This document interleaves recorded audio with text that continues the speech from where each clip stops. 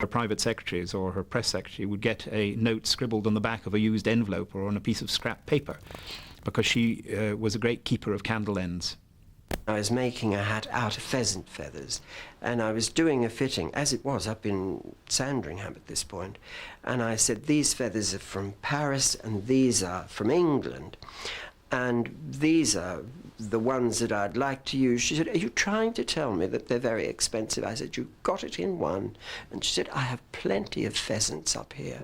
We can give you masses of pheasant feathers from the estate. And I said, not quite the same thing, Mum. But timing is everything. Catch her in the wrong mood, and it's clear we are not amused. Queen was remarkably good at showing displeasure about something without saying a thing. She doesn't always confront an issue head on and say, I don't like that, or I don't like that advice, but you're not left in very much doubt about what her views are. If anyone oversteps the boundary, you're a very insensitive person if you don't realise that the shutter has come down. Suddenly there was this sort of iron curtain descended, and the Queen just looked at me, completely expressionless. And I immediately realised that I was perhaps getting a bit irrelevant.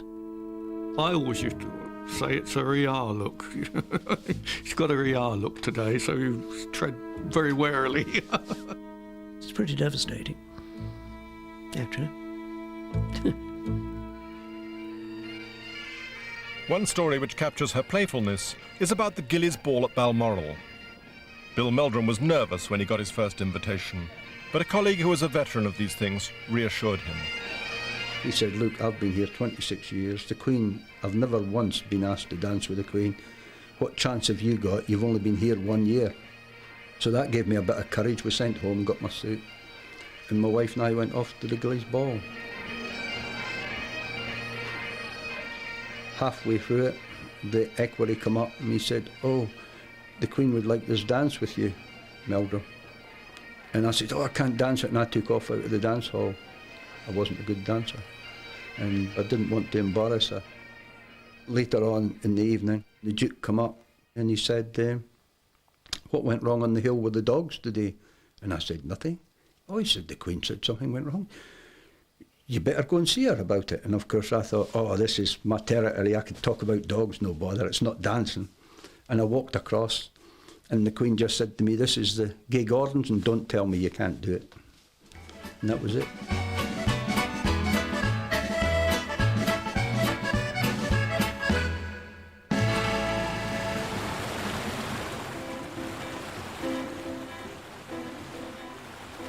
The one place the Queen could call her own was the Royal Yacht Britannia, a home that wasn't inherited, but was kitted out from scratch by the Queen and the Duke.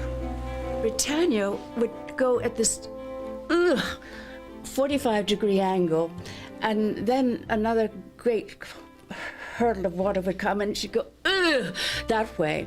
And the Queen said after dinner, I've never seen so many green and grey faces around a table ever.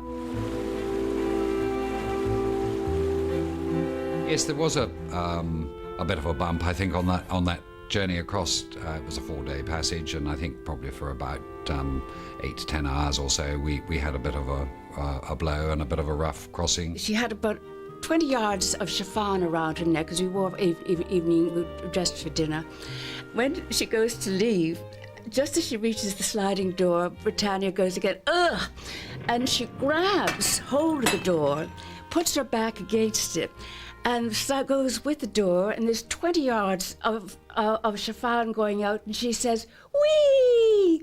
And then it goes the other way, and she flings her arm that way, holding onto the door, the chiffon that way, and she says, whee! Good night, everybody. Part of every August was spent in the Western Isles of Scotland.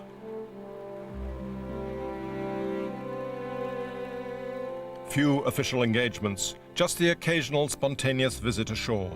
There was no plan. We watched the weather, we looked at places, they had an idea of where they might like to go. The Admiral in the Royal Yacht took the charts down and put them on the top of the piano in the drawing room, and they would discuss where they would go the next day, where they might have a picnic, what they might do. I can remember going to one beach fairly low down, nearer the mainland, where you could therefore expect to see people, and suddenly there was Britannia and boats were coming ashore and people were having their picnics, and suddenly the Queen was going to have a picnic on their beach. There was no question of them moving on or anything like that. Usually they did anyway, you know, because people respected her privacy. But every now and then you would meet someone walking in the heather and stop and have a chat. Very often foreigners.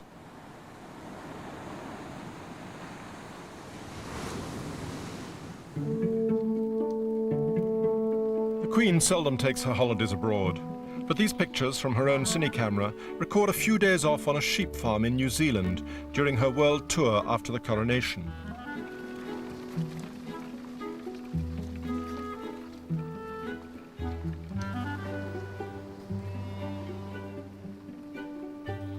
A few weeks later, she found herself on a tropical beach in Australia. Her staff were messing about on the Great Barrier Reef, leaving her to wilt on the shore. Even there, her privacy wasn't guaranteed. The Queen and I sat under a tree being eaten alive by creeper crawlers and insects when a boat arrived full of trippers. And they were gesticulating and shouting, "Have you seen the Queen? Where's the Queen? Which way for the Queen?" And I suddenly see the Queen leap to her feet and dash down to the edge of the beach.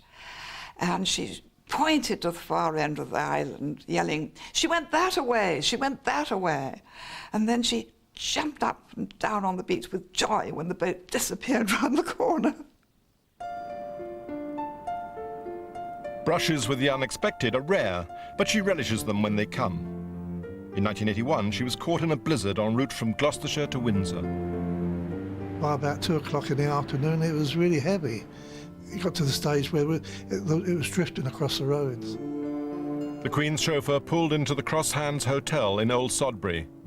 Her detective went to see if they had a room in the inn. A distinguished gentleman came in, and he said to me, "I would like to inform that Her Majesty the Queen is outside. Would you like to accommodate her while we sort things out?" All of a sudden I looked at him and I said, "Oh my God." He arranged for Her Majesty to go into the pub, up by the fire escape.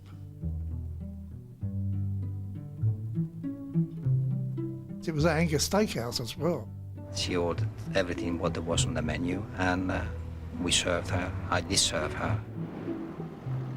Later that evening, a snowplough began clearing a path to the motorway.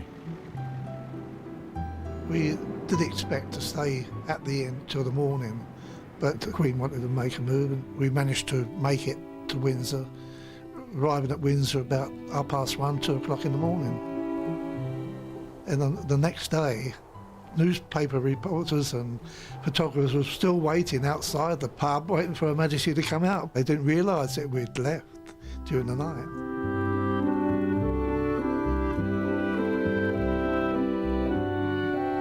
Normally, people come and stay with her.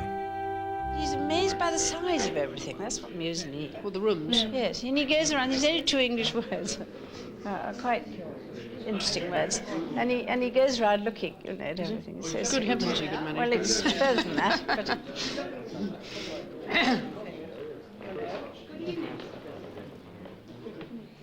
On this occasion, the he was the President of